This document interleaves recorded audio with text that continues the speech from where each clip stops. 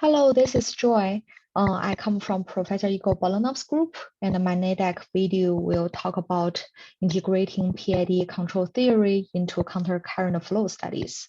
The counter-current flow studies in this video is majorly bubble liquid flow and a counter-current flow limitation, or CCFL.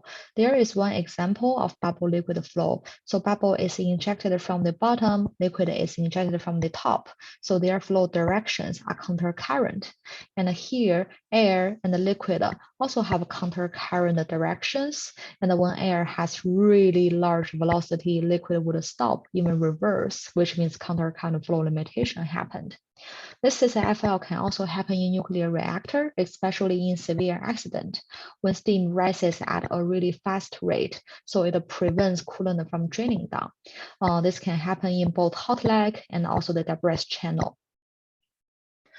So in PID control theory, PID stands for proportional integral derivative, and here is the control loop of PID controller, and the PID component would compute how much correction to put on the actual value until the actual value eventually achieve the set value.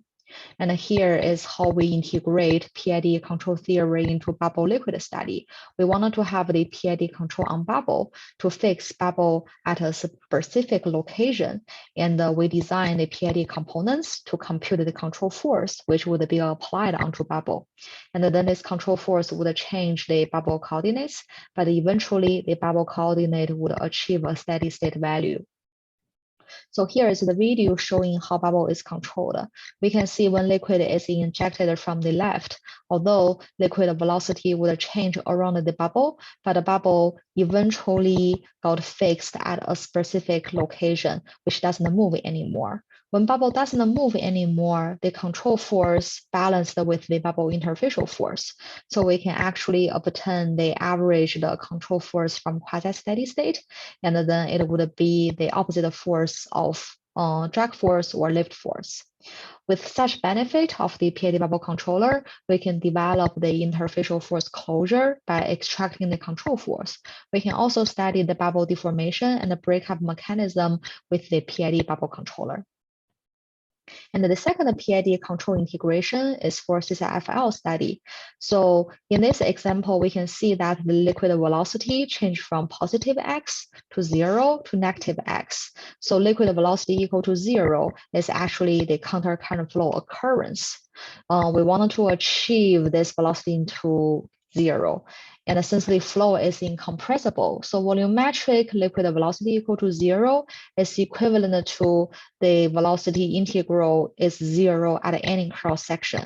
So we don't need to compute the volumetric liquid velocity anymore, just compute the velocity integral on a cross section. This would greatly reduce the computation cost.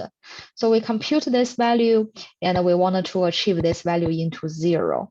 We designed this PID counter-current flow limitation controller, and we would compute the pressure gradient to be applied onto a periodical domain until eventually on any cross section, the velocity integral is 0 or counter-current flow limitation occurs.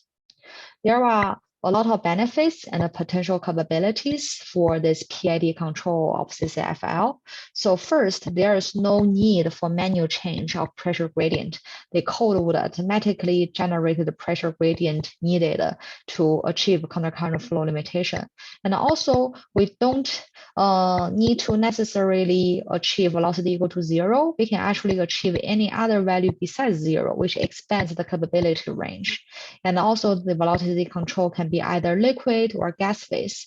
We can also use this PID control to study the transient phenomenon of complicated two-phase flows. Besides occurrence of counter-current flow limitation, we can also study the flow regime transition since we have a very fine control of the velocity. And thank you for listening. If you have any question, please email me through this email address.